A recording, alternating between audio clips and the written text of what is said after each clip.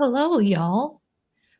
Welcome to Rubber Duck Thursdays, where we talk about open source, cool things, fun things, and also I have a little teammate here with me today. It's Christina. Yay! Hello, hello. Happy to be here. Ooh, and happy birthday, S73VR. Oh, is that Stever? Stever? Is that how you say that username? Anyway, happy birthday. I see you in the chat. Will, hello, what's up? Yeah. Best Coast, Yes. how's it going? Happy birthday. Day after the best birthday. So, which was yesterday. Yeah, it was Christina's birthday yesterday. So It was. happy birthday It was. to Christina too. Yeah, it's very, very exciting. Oh, just Steve. Yeah, it's words are hard, but anyway, I'm excited to have you here too. Welcome, y'all. Happy Thursday. How has your week been so far, Christina? Besides, your birthday. Well, I have a herniated disc in my neck. That's not great. It's not. It's honestly not. It's honestly not. So it was like a friend of mine was putting that. He was like, so you broke your neck, and I'm like, maybe it's unclear. Oh. So yeah, we'll see. But yeah, I mean, other than the shooting pains through my left arm, no, I'm doing great. But genuinely very happy to be here and talk about open source and talk about fun projects and get my mind off of that stuff. So yeah, for sure. And we've got people from all over. I see from Sweden. Welcome. Yes. Iowa. I went to Iowa State. Go Cyclones. St. Petersburg, Florida. There's some great conferences down in St. Pete. I like down there. Yeah, I like St. Pete too. Thank you, Best Codes, and thank you, Steve, for the birthday wishes. Appreciate that. Yeah, it's so fun. So everybody, tell us what you're working on, because we'd love to hear. We'd love to see. One of the things that we've been talking about working on as a team, because Christina and I are on the same team, is the Game Off, the GitHub Game Off. It's very, very exciting.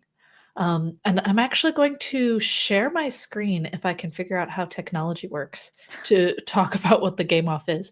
But until then, we'll keep saying hi to people and stuff. I also see hi from Brazil. We have a Portuguese version of this stream here on Rubber Duck Thursdays. I should be able to pronounce it in Portuguese, but it's how do we pronounce that one? It was. Oh, it's just called Rubber Duck Thursdays Brazil. Well, that's my bad. But we also have a Spanish version earlier in the day called Jueves de Quack. Oh my gosh, I love that. Yeah, it's very fun. So on Thursdays, you can hear this stream in English, Spanish, Portuguese, and then also way earlier, hours ago, I don't remember the time, we have it on UK time zones as well. Nice. So anyway. I don't know. I was trying to put the link to the announcement in the chat, but it will not let me. It's okay. I got it. Okay, so the GitHub Game Off is on the GitHub blog, and I will also share, now that I actually have like the sharing part, I should be able to share my screen in theory. That.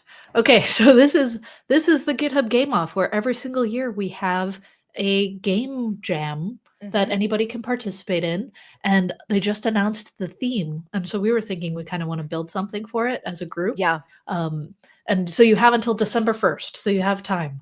Yeah, Um, December 1st at 13:37 Pacific time. So so it's late. very late. It is very late, but yeah, Yeah, and you submit on itch.io.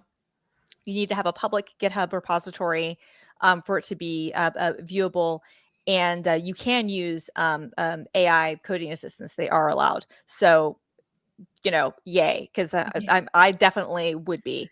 Um, but I you haven't tried AI game development yet. But I've only done, like, very basic games and stuff, so I wanna do something cool for this. Yeah, no, I mean, it Yeah, works pretty well actually. Like a lot of the models are trained really well to work with things like especially when it comes to smaller games, things like the J5S and stuff like that. Like they know them really well, and they know Unity and things like Phaser pretty well. Godot is getting up there too, but yeah, we have a yeah, list on that link that Cassidy put in the chat, and that she's showing off right. If you scroll down, there's a Lee has a bunch of resources on this blog to a bunch of different engines you can try, a bunch of documentation and help, and like really the whole point of this is just to have fun. So yeah, make cool things, and the theme this year is waves. Leaves. Waves, which is cool because there's a lot you can do with that, and they kinda he Lee kinda goes into it with this blog post because waves could be, like, waving at people, it could be water waves, it could be, like, a wave of enemies and stuff. There's a lot of options here, sound waves. Has anybody? Oh yeah, it does. The play date. Dean Lin mentions how about making a game for a play date. It's a great little console. Yeah. Yes, that's a great idea. Those are actually, and I they are some of my dearest friends. Cable Sasser and Stephen Frank, who run Panic, and are the creators of the Playdate, did that. Oh, They no just way. they That's they just awesome. they just finished season 2 on that. If you're not familiar with the Playdate, it is a very cute little designs. It's play.date. It's a little I would grab mine, but it's in another room. It's a Uh console with a crank. yeah, it has a crank that can actually work as a fun mechanism in terms of controlling things.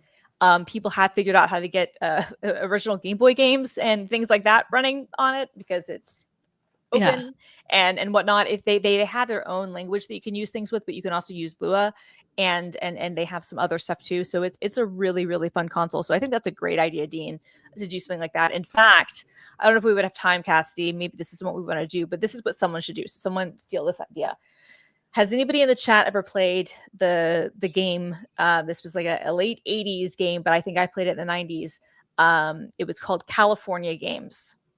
No, what is it? So it was, and I'm going to get you the link because I don't know if I have permission to share screens, but it was Yes, send it to me and I'll post it. yeah. So it was called California Games, and I'll send you the Wikipedia entry. But it was a 1987 sports game that was published originally on the Apple II and the Commodore. I played it on the Nintendo because it was one of those games that was like $1 at the video store in like Wow. 1994. And so, me being like a little kid, I'd be like, okay, I'll play this game. And what was neat about it was that it had a couple of different games. So like my favorite was I had two favorites. One was like a half pipe. So you would basically be like a skateboarding game and you would kind of be up and down like on a half pipe. And then one of the other games though was a surfing game. And you would have to stay up on the different waves. And it was Whoa. really, really fun. They also had like a foot bag game, which was like a hacky sack game.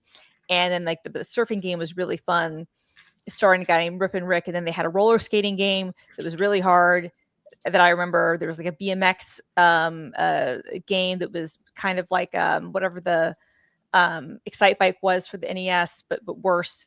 And then like a flying disc game that I don't remember being very good. I never played the hacky sack game, never played the flying disc game, but the half pipe, the surfing, and the roller skating were great. But the surfing was super super fun. So what I think someone should do is make like a recreation of the surfing game from California Games. Yeah, make that for the Make that playdate. for the play date because the play date would be perfect for it. That would be sick, Yeah. actually. Wow. Yeah, no, I think I never got a Commodore 64. It was a little before my time, but Same, it, same. like, it Yeah. It looks cool. It looks Yeah, fun. yeah. Well, it was I like love those old games. yeah, it was like the family computer, but again, like the one I played was the port because they did port it to the regular Nintendo, and so that's how I played it. Was on like the original Nintendo. I got my Yes. original Game Boy right here. Hell yeah. That's a lime green Game Boy Color. That's right. Yep. This one, like the lore behind it is that my dad found it in a ditch on the side of the road. And I'm trying to figure it was in the 90s. I don't remember what year it was, Yeah. but I was like 8 years old or something like that. Or 7 or 8 years old. My sister was 5 or 6, and it was Christmas that year because my parents weren't like big into us playing video games or anything. Right. And so my dad found this because he just saw a bright thing in the winter in Chicago in a ditch, and he was like, "What was that?" And pulled over, found this, and it had Pokemon Blue in it. I still have this Game Boy and the Pokemon Blue. We played it constantly. It was amazing. It was the best. I don't have my original Game Boy to grab, but give me 1 second. Ooh, Christina, for some lore, she has every gadget you could ever think of. It's mind-blowing the number of gadgets she has, and she can she'll have like the original iMac G2 like with the colorful clamshell. She has all of the gadgets and all of the things and can tell you the history of all the And this things. is just what's within grabbing distance. Okay, but I do have my original iPhone 4S. Whoa. And this is the 4S because it was the white version. And originally the 4 was supposed to come in white, but they couldn't get the colors right. But Oh. this is actually incredibly cool right here. So what this is so if you guys remember like 8 years ago, Nintendo came out with like the mini NES, and the following year they did like the mini like Super Yeah, I Nintendo, remember. which was awesome.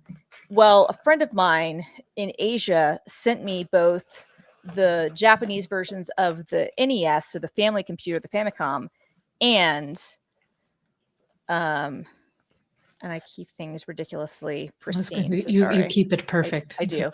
But it sent me this, which is just like a miniature version of the Super Nintendo in Japan. Wow. Yeah. That's so cool. Yeah. It's pretty awesome. That is sick. Yeah.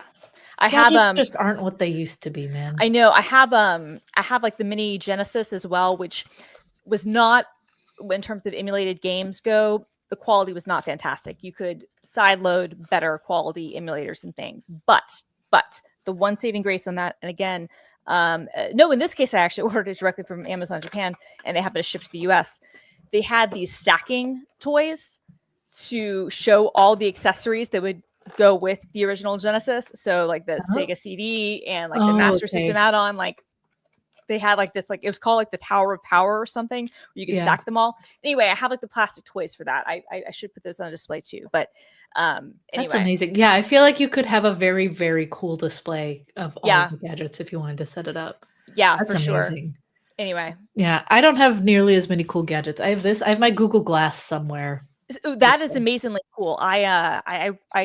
Somebody like we all noticed that like there were no like all the photos were like men wearing glass or something like that. Like all the images of men, very, very few women. And it was like a slow news day. And so I created like an ish like post. I just created like a Tumblr called like womenwearingglass.tumblr.com that I populated with photos of women, many of them from my office, because we had them at my office wearing Google Glass. Anyway, long story short, that somehow became a story on ABC News. Slow news day. 2013, man. Sure. Well, and it was Joanna Stern, who's now at the Wall Street Journal, who's amazing, who wrote it. But she called me. She was like, "So I think I need to do a story on this." I'm like, "Joanna, this was literally just a joke that I did in 5 minutes." But sure. Gets funnier. That ABC News thing somehow made it to Bloomberg, because again, slow news day. So Bloomberg took like a video copy of my Tumblr and used it as like B-roll. And for years, anytime they talked about VR at all, so it wasn't just Google Glass, they would use your Tumblr that I literally created as a joke to make fun of the fact that like everybody was talking about like men wearing glass. And I was like, okay, well, I'm just going to create like the female equivalent. Anyway, that's amazing. I love the lore, and it's so true. When I did have mine, I was like interning in Silicon Valley, and everybody had it. Yep. Everyone thought it was the coolest thing. I fully drank the Kool-Aid, but then I went back to school afterwards to Iowa where no person had it and looked at me like, "What's that?" And, Right. anyway, never wore it again.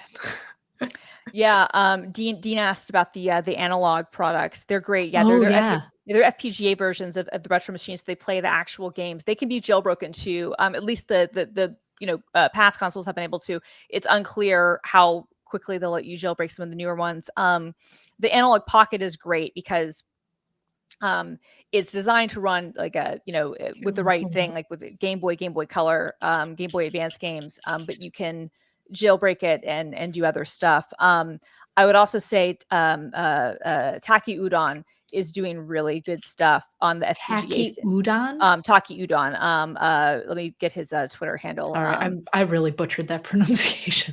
He's doing really really good stuff on the lower cost FPGA side. Um, Cool. and This is sick. if he has a YouTube channel and he does he's actually doing a system called a Retro Remake. I'll send you the link, Cassidy, Yeah. to put in there. That I've pre-ordered. I bought his Nintendo 64 FPGA system a year ago. That might be on my desk. That's so cool. I also Um, have the chromatic. Yeah, the chromatic, I Um, bought that too. Yeah, that's great. That's great, which is just a for Game Boy. It's I literally was just a gonna Game Boy say Color. it's literally a Game Boy Color, but, like, made of metal. Yeah, Um, they're investing in having more people make more games for it, which is really cool. yeah, and a So lot of it is open source actually too, which I like about yes, it. Like, it uses all of correct. the same original cables with the exception of this USB-C here, Yes, but which is great. It uses real batteries, like you can get rechargeable battery packs, but yeah, it comes with like AA batteries, which is great. It will only play Game Boy Color games. You cannot get it to play, Game Boy Advance, other things, which I kind of like. Like the I kinda analog, like it uh, feels the, right. the analog will let you go the full spectrum, which I think is better, and it even has a dock. So if you want to, again, if you jailbreak it, which they make fairly easy to do, it's on GitHub. You can play older consoles too, which is excellent. But I like just having the purpose of something else. But yeah, Yeah, just like the one game, one thing, no anything so else. so So what so is so this one? The so this is retro make? basically Retro Remake. So he's basically created an affordable FPGA gaming console. It'll play Whoa. original discs and games, but it'll also play if you have the ROM files that you've obtained legally, because we know that you've all manually dumped your ROMs. I certainly have. I've never done anything else other than Yes, that. I never would. everything is incredibly legal here at all Everything's times. incredibly legal at all times. His whole thing is he's a really cool guy, and he's been going through like iteration by iteration. He's made a number of products. He sold one last. I'm trying to see if it's on my desk. I can't The find it. Superstation. Um, but he's calling this the That's Superstation, and cool. it'll come with a CD add-on if you want to get that. It's really really neat. And the big thing is he's been really trying to like bang the drum of making these things affordable, because a lot of the Mr. Pi systems, which are some of the kind of go-to FPGA things, a lot of the systems that people sell for those are very expensive. Yeah. Mr. Pi is his. Sorry, the Mr. FPGA. Mr. Pi is his, and they sell out from time to time. But like I bought one last Christmas, and it's great. It was like $125 versus like 400 for a Mr. FPGA system. So, and the analog Wow. systems can be really expensive too. So, um, if you can get his stuff, I've been very very happy with the stuff that I've had, and I have the Retro Remake It looks pre-ordered. so cool. Now Yeah. I want this kind of shell for a laptop. Yes. Why can't Again, we have that? I why can't laptops look like this? Right. I know that you have one of the iBook G2s. I do. I I want that for a modern laptop. I agree. I agree. If I could find, I also need to try to find a way to see if I can pay someone far more than I paid for my iBook G3 to rebuild a battery for me for it. Yeah. But yeah. So if For anyone those who knows don't anyone, remember what that looks like, that's one of these where it was yep. just what a Classy What a classic. clamshell. I Ugh, wanted mine is, like, the blue one, because it was, like, the SE version, so it was, like, the special edition version yeah, or whatever, like, it was a little bit, like, higher end. I really wanted, the orange one because that's the one that they have in Legally Blonde, Legally Blonde. Nice. but they go for so much money even with cracked stuff, and I was lucky enough to get this from an estate sale Oh, that's a in good find. in Colorado, where I don't live, Yeah, how'd but you manage that? a friend of ours, Sarah Drasner's husband, Dizzy, drove out there and picked it up for me and mailed it to me because he's a great guy. Wow, But what a it guy. came in the box. There was still the styrofoam in the box. The receipt was still there, like every history of everything. Like this man like treated it like the way I treat my Man, stuff. So I was very fortunate. I want this back so bad. Here's my dream electronic device. I want it to be this form factor Mhm. with mechanical switches Yep. and like the daylight computer-esque screen. Yes. That's all I want. For those who haven't seen the daylight computer, let me pull it up. The daylight computer, it's like a screen that's like meant to be outside, and it's like low light, low effort, all of that, where it's meant to be like lower distraction, but it's still like high frame rate and everything. I Yep. just why can't someone make this perfect machine for me? Because there Ugh, are like 5 of us that would want it, and unfortunately, we work in economies of scale. But I'm with you. We should be the drum. Like, look, dang War of the it, don't tell me the truth. I'm sorry, but like I'm sorry to be the downer with you know, being all like I realistic. know. But the fun thing is, like more and more people are wanting to get more into kind of this retro type of style stuff. Yeah. And I so I I think I that's have good. hope for the future. Like it does feel like things are trending in that direction where people are appreciating that more, but we probably have a minute before it's a reality. Yeah. Yeah, but anyway, these are we're supposed to be talking about game off. These are all things though that you could use as inspiration. Like if you wanted to make like a retro style game, which I think is a great thing to do Yeah. in these time frames, and those things have done super well. I mean, maybe we could like, you know, make a game that would run perfectly on Cassie's dream computer. Ugh, don't tease me. That would be amazing. But I do so anyway, oh, people are saying, "Hey, so late to the party? Welcome. Welcome. Hey, welcome to the stream."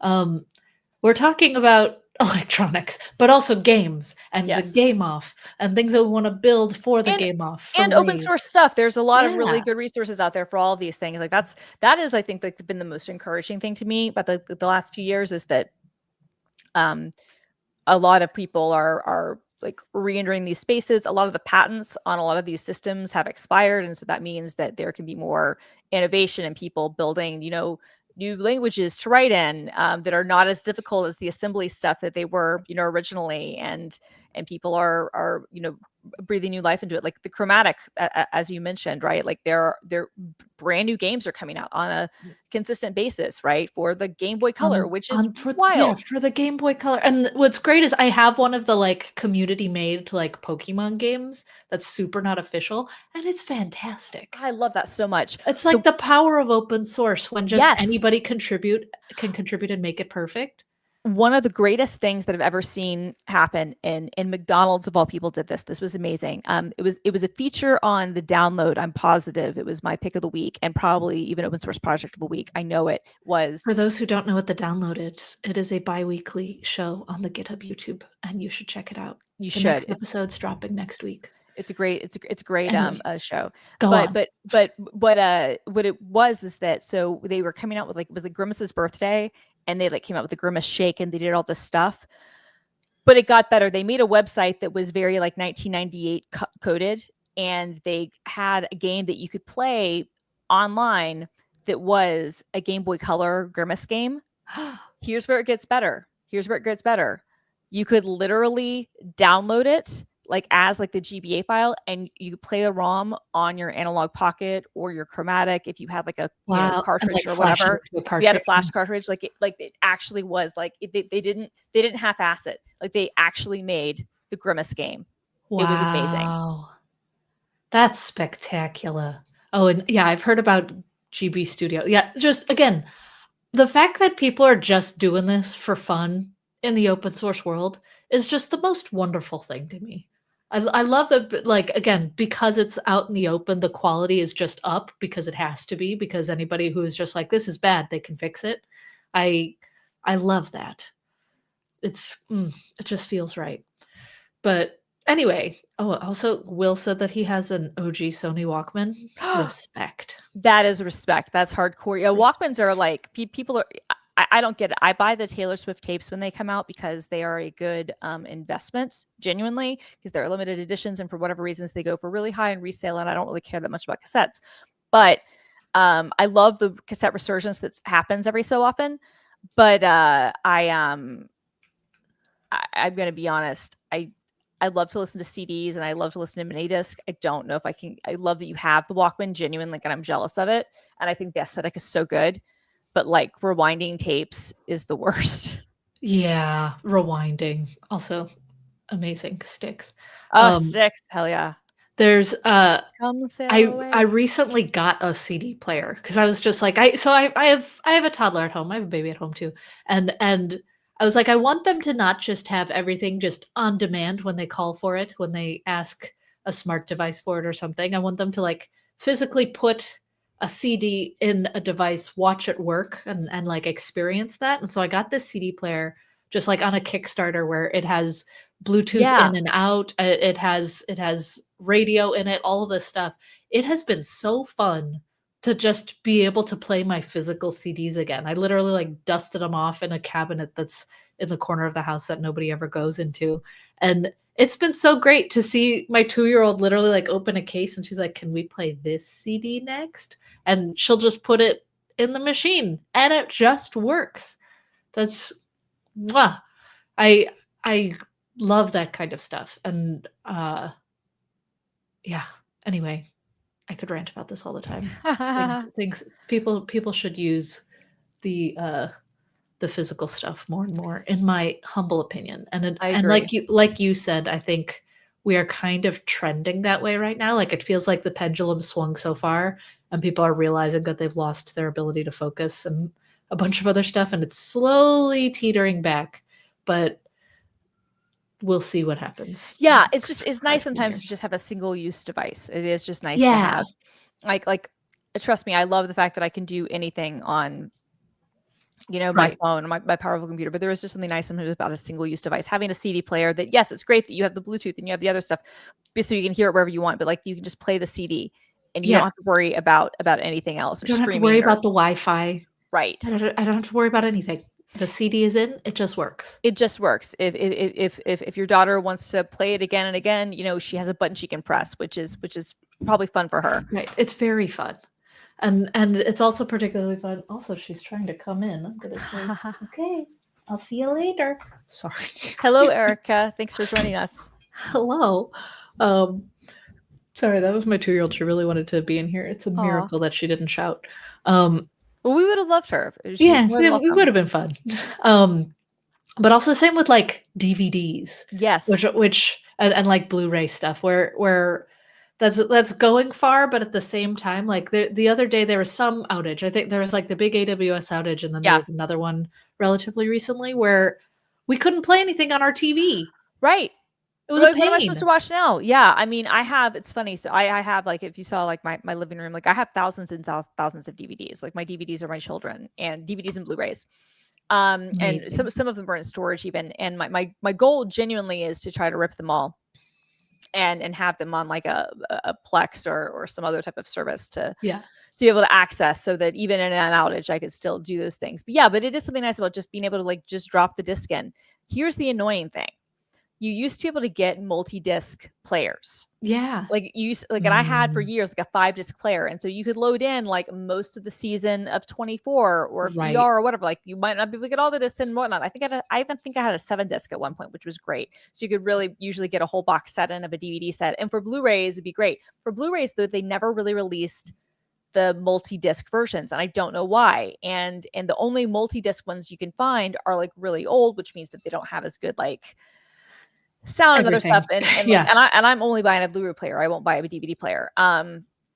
And it's really frustrating because some of the only ones they did make were like for like 100 discs, but like I don't want that. So that's the frustrating thing, because that is the one annoying thing about discs is you Yeah, have to get up unless you you rip them. have to You get have up to get and up, do it. Yeah. right? And look, And it can be good for exercise, like it can be good to force yeah, things. I remember as a kid, my dad would, like, put, like, 4 movies in front of me and my sister, and we would have to debate on which ones, and that was good, I think. That Yeah. Yeah, yeah, no, for sure. And I did like it for the 5 discs. Like that would be because, like be like binging. You're like, okay, you've been sitting like a potato for minimum 6 hours. You should get up now and switch things out, right? But right. like that's a good forcing function, right? Let's all get our steps in. But yeah, Well, and I also that totally. level of binging is only relatively new. Like, I was you know how I don't know if you know this. You probably do, Christina, but in case people don't, Merriam-Webster is coming out with a physical dictionary. They've announced it. And Oh, I it's saw that. Yeah, yeah, that's it's like wild. the latest edition of the only edition they've made since 2003. I Yeah, think yeah, yeah, that's it's wild. spectacular. I But do they too. also, along with it, there was something where it was like the word of the year for every year recently, and it's interesting to see, like, Yeah. selfie was one, stuff like that. Mhm. But the word of the year, I wanna say it was like 2015, Yeah. something like that, was binge watch. Yes.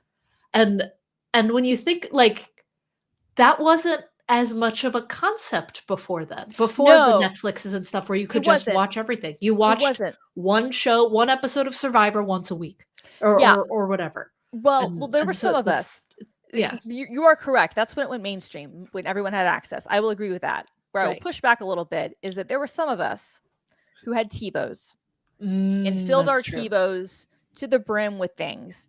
And also some of us who, again, as I said, had 5 or 7 disc DVD players and would buy all the TV seasons and would watch the Grey's Mm, Anatomy season or Arrested Development. Arrested Development was a big one for me. So so like good. it got famous when it hit Netflix because of binge watching and because everybody could watch it all at once. But I was one of those people who would like watch the seasons like over and over and over again. It was always on the Mm, background. The Office was another one. I always had The Office playing. Like even like in college, like I'd be like at home and like I'd have it like either running in my iBook or or no, I guess at that point it was wow. my MacBook, or I'd just have it like on my, big screen TV, which was one of the ones that was like, Yes, it had thick. it was the thick one. Yeah, it was the thick boys. It wasn't an It was a LCD piece yet. of furniture.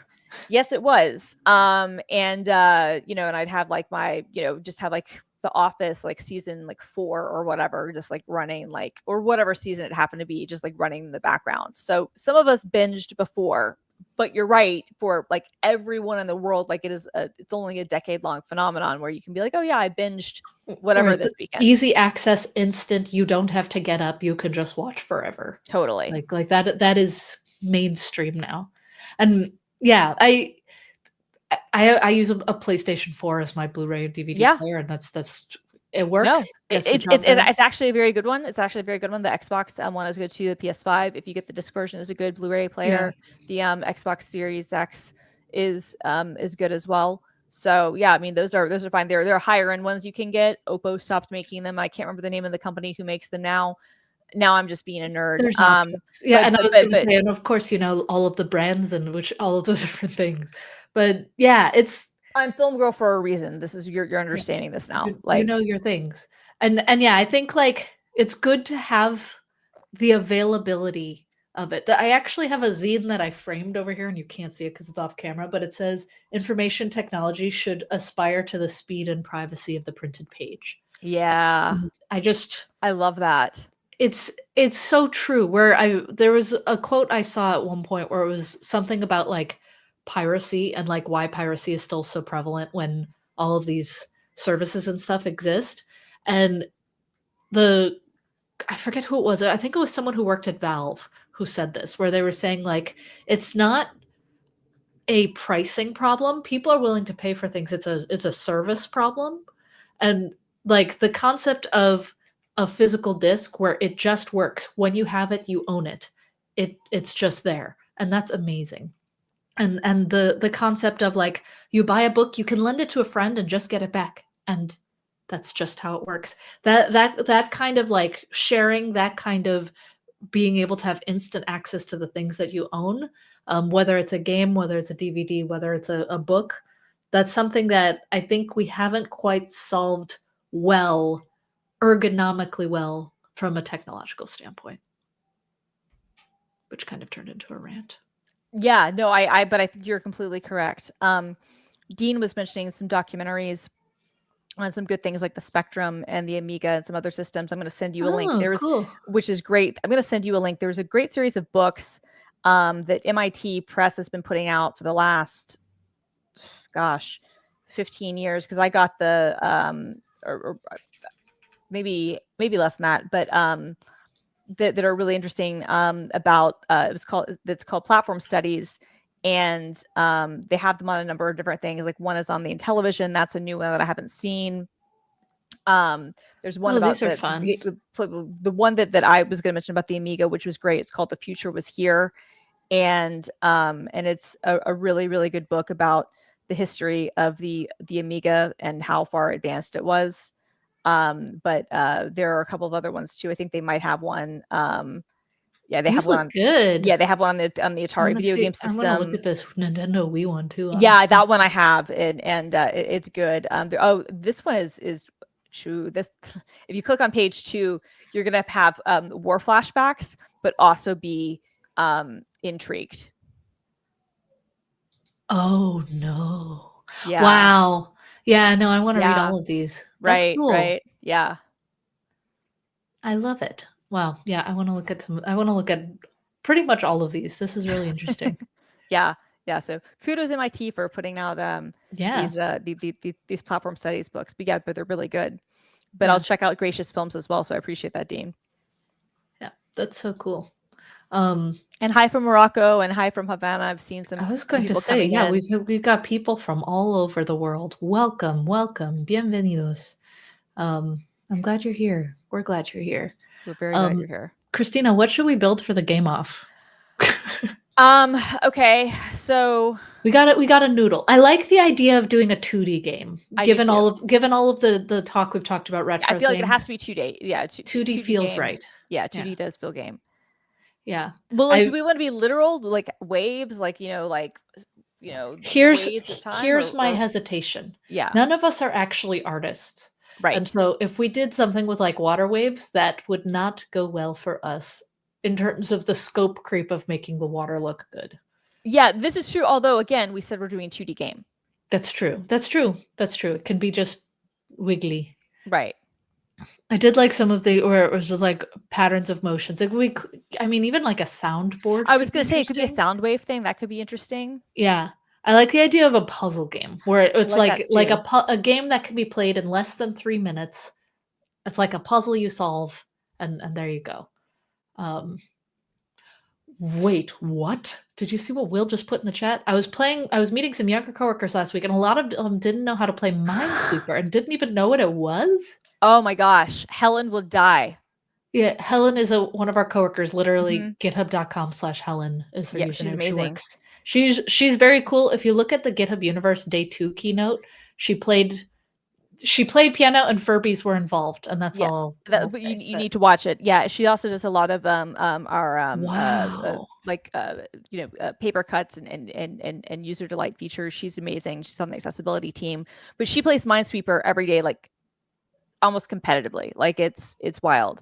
So yeah, that's a really good concept of not knowing what it is or how to play. Maybe a variation of Minesweeper. I was gonna say, could we do like a Minesweeper that's either like sound wave based or like for icons? Yeah. I'm trying to think for iconography. It'd be like that has waves in some case. That. So a grid with things that you have to find.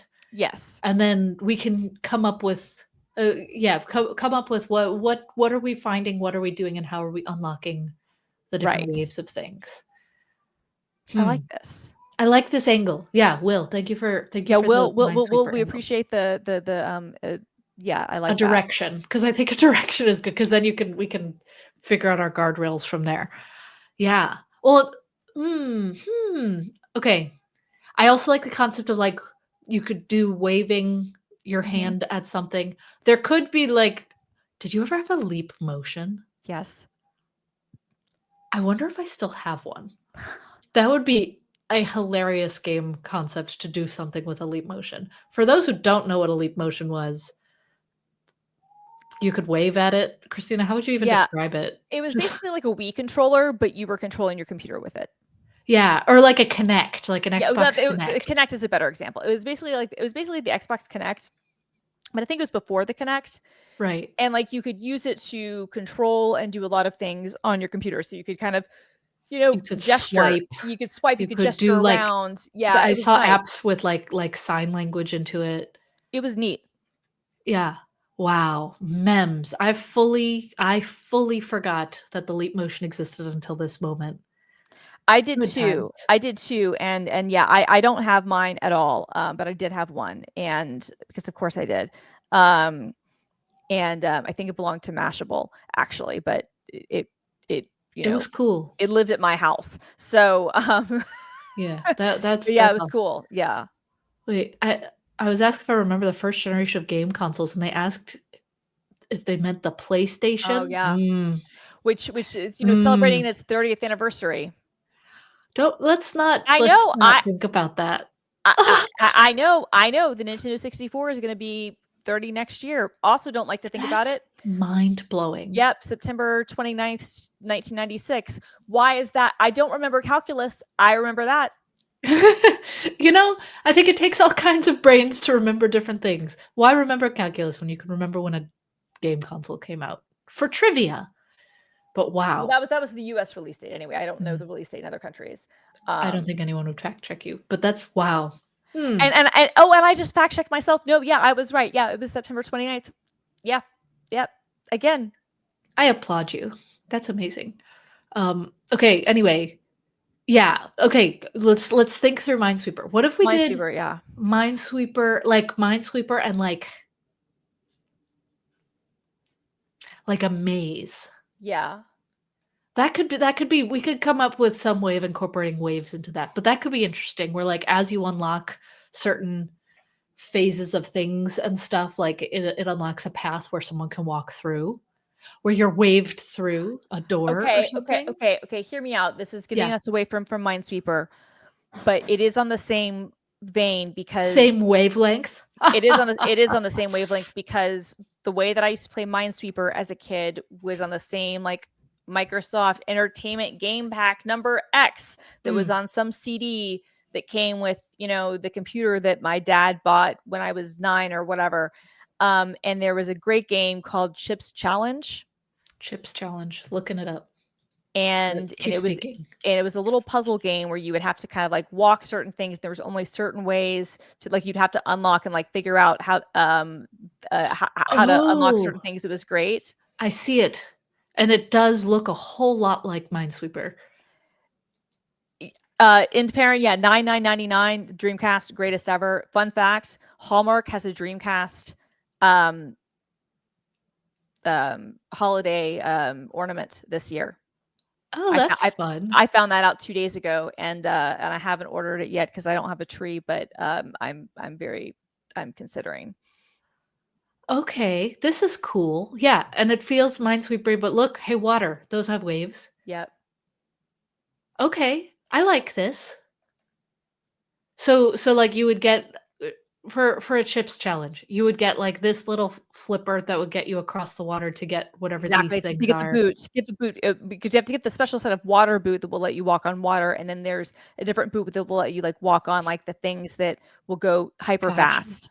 So or no, one of them is sorry, Ah. it's flame retardant, that's how you do that. So it's just so to basically get the different types of boots, you have to it's like one of those, like, whatever those type of challenges, where you have to, like, get Yeah. get the You goat. get which things in which orders Right, to go make it across, happen. in that certain game, sometimes it's a matter of just, Mm. doing other things, but anyway, it's a really fun little puzzle game, so I don't know, maybe we try to do I like this angle. I feel like we could do something with this. And a even if it's just we don't do all of the different kind of boots, if it was just you have to get across paths of right, water. well, I was gonna say, and that's just one level, right? There are a bunch of different levels in Chips Challenge, and so, Yeah, and it's cheap on Steam, so you can play it, get a vibe. and get a vibe for it, and maybe we could, like, do a variation of that and make it all, but the thing would be is that they would all be wave based in some way, whether it's sound waves or Yeah.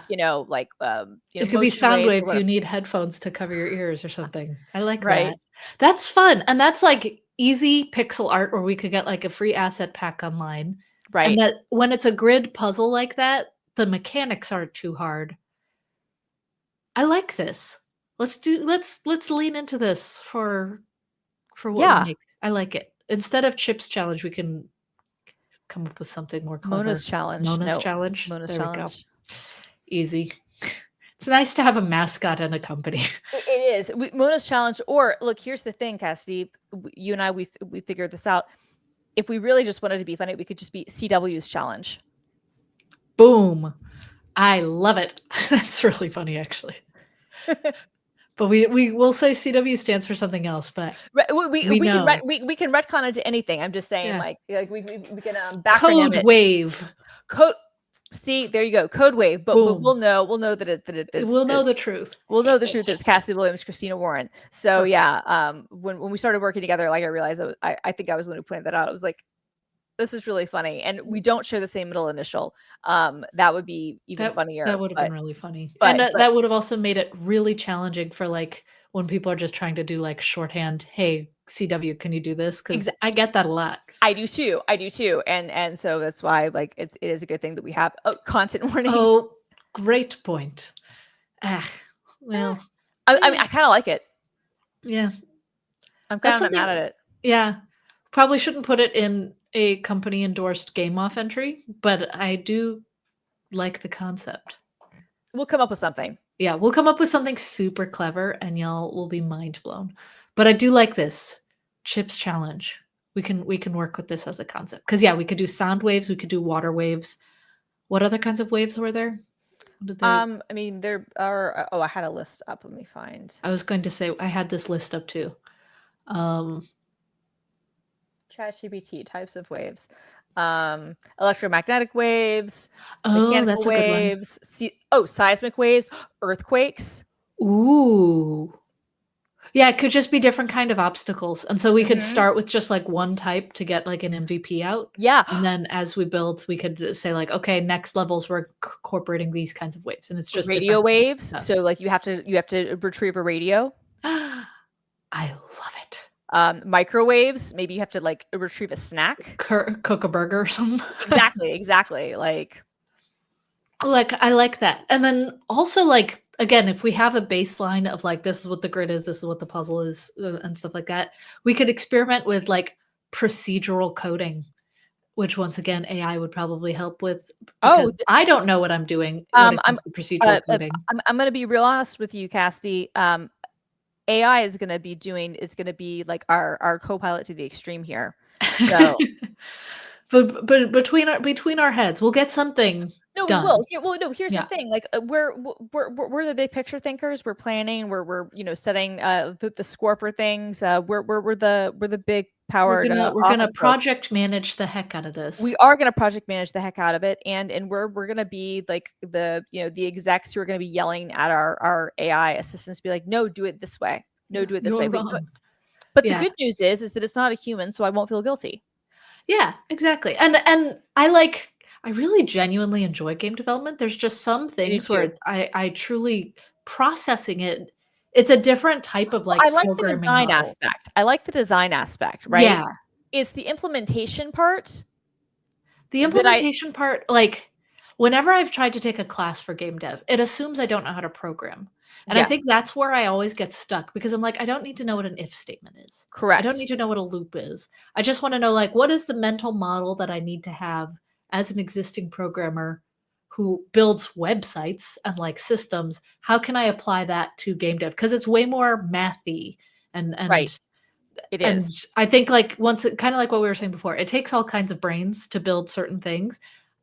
I wish I were a talented game developer, and I know for a fact that I just need to try more and practice, but, that is just the nature of the beast where practice makes perfect, so you have to put in the time, and if I'm not perfect at it right away, I get angry and stop.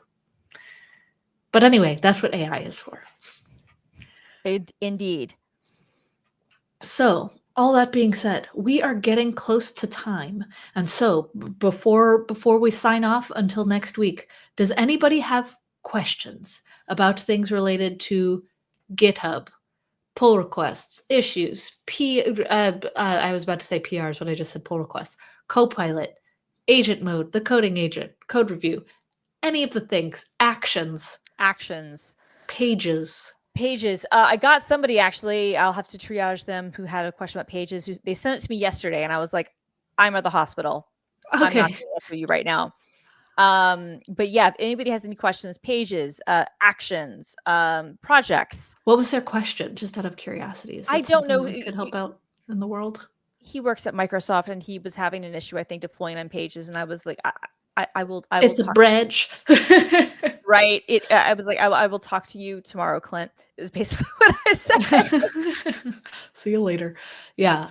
For those who haven't messed with GitHub pages, I admit I kind of moved away for a long time and I've Yes. only recently kind of come back. And the integrating actions to deploy pages is nice because you Yes. can then like combine multiple repos to end up Correct. shipping a website. You can do a whole Uh, lot with it. Yeah, that's the thing. Like, right. Like, I think a lot of us, I mean, maybe I'm speaking out of turn, but I think a lot of people, you were probably like this, Casty. We used pages when it was earlier on, pre-actions, when it was basically deploying Jekyll, and I think you had maybe a couple of other, SSBs that you could use, but or not SSBs, but whatever the term I'm trying to think of, SSGs. You could use SSGs, static sites. static site generators you could use, but the default one was Jekyll because Jekyll was originally created in house at GitHub. It's since been moved, Yeah. into a My formalized thing. original GH Pages blog was a Jekyll blog. Of course it was, because everybody's was, and it was an easy way to just kind of add a URL and deploy something very simple and whatnot. And then we got things like Netlify and Vercel and some others that are much more robust. But kind of because Jekyll, frankly, stopped progressing as much, and Yeah. everybody started to discover things, like Astro and Next and all these other single site generators and better things that they wanted to do.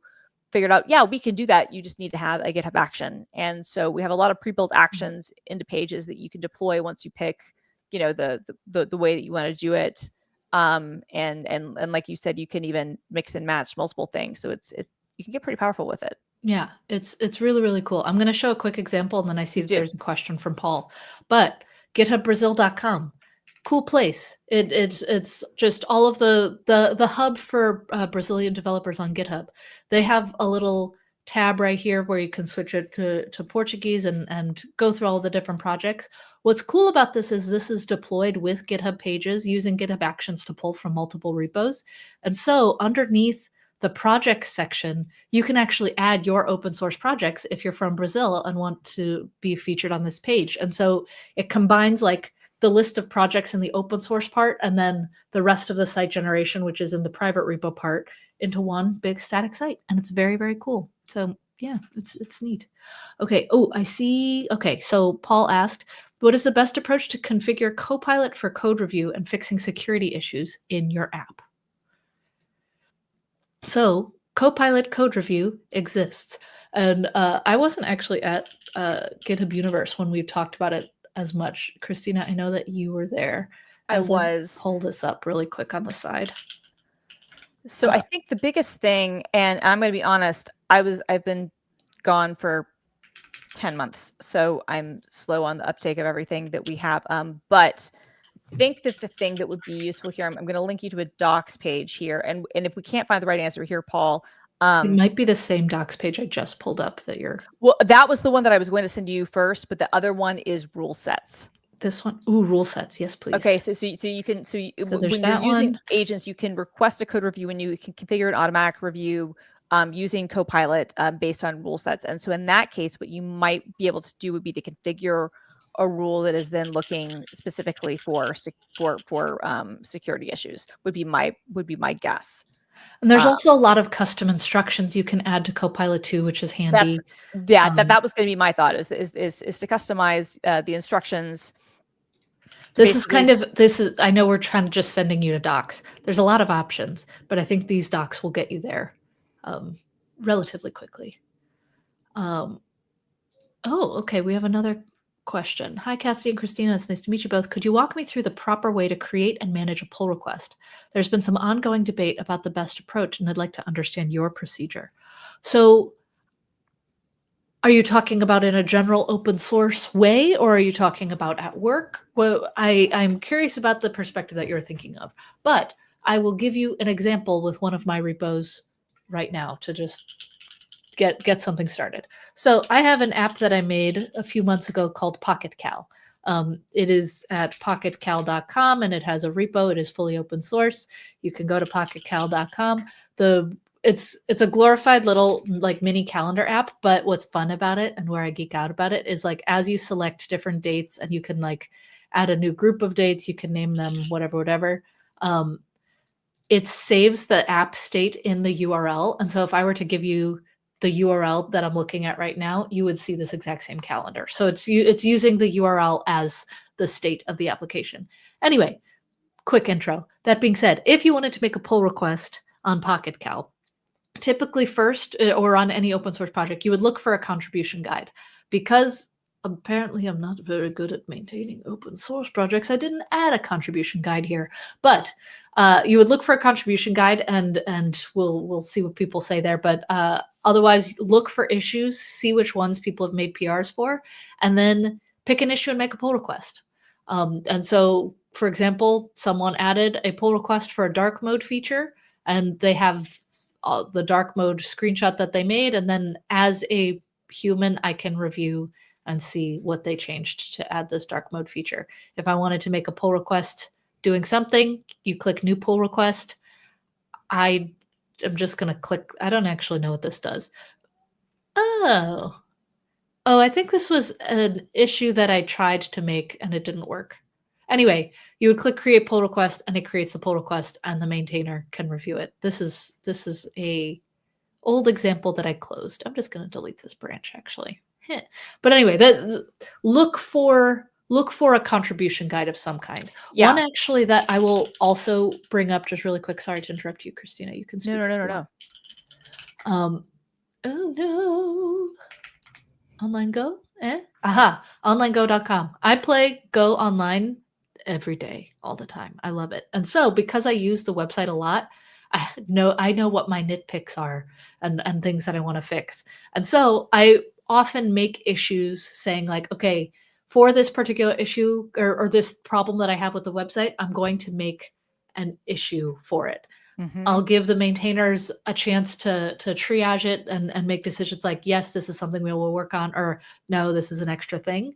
And then or maybe to Will's point, we should create something that says, when we get silly pull requests, a way to bypass reviews, like when people put things like this line is too long. Like, yeah. No. I love that. This is silly. Yeah. Idea.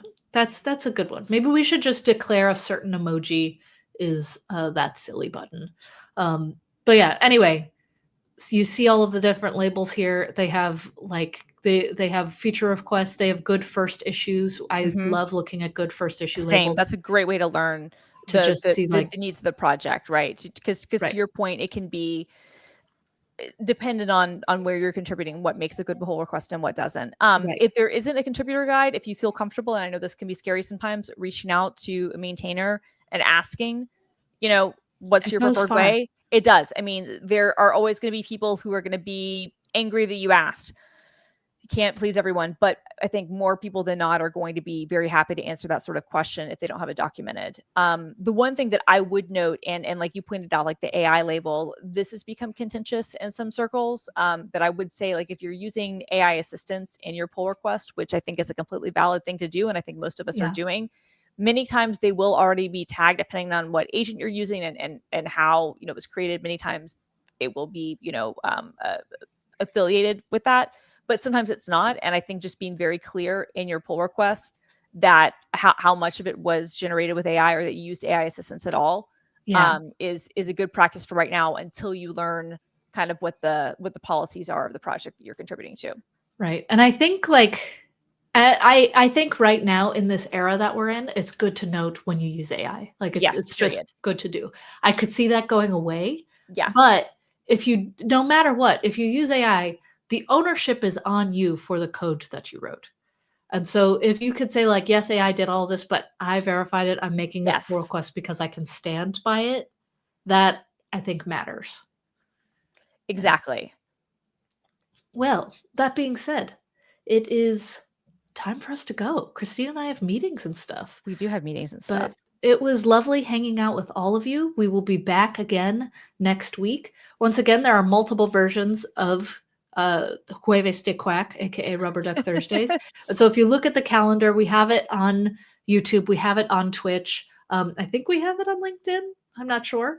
But yeah, I saw some comments coming in from LinkedIn, so I think so. yeah, throughout Thursday, you can find this stream in English, Spanish, American time zones, and UK time zones. And so hopefully you will be able to catch us on Thursdays to ask your burning questions and also to chat Or about just chat with us. Yeah, Absolutely. like we did talk a lot about game consoles today, but it was fun. It was fun. Hey, and you know, it was all related to the game. The game off. Yeah, and now we have a direction that I'm really excited about. We do. Yeah, So thank you all for your help with that. We appreciate it. Okay, y'all. We'll see you next week. See you next time. Bye-bye. Bye.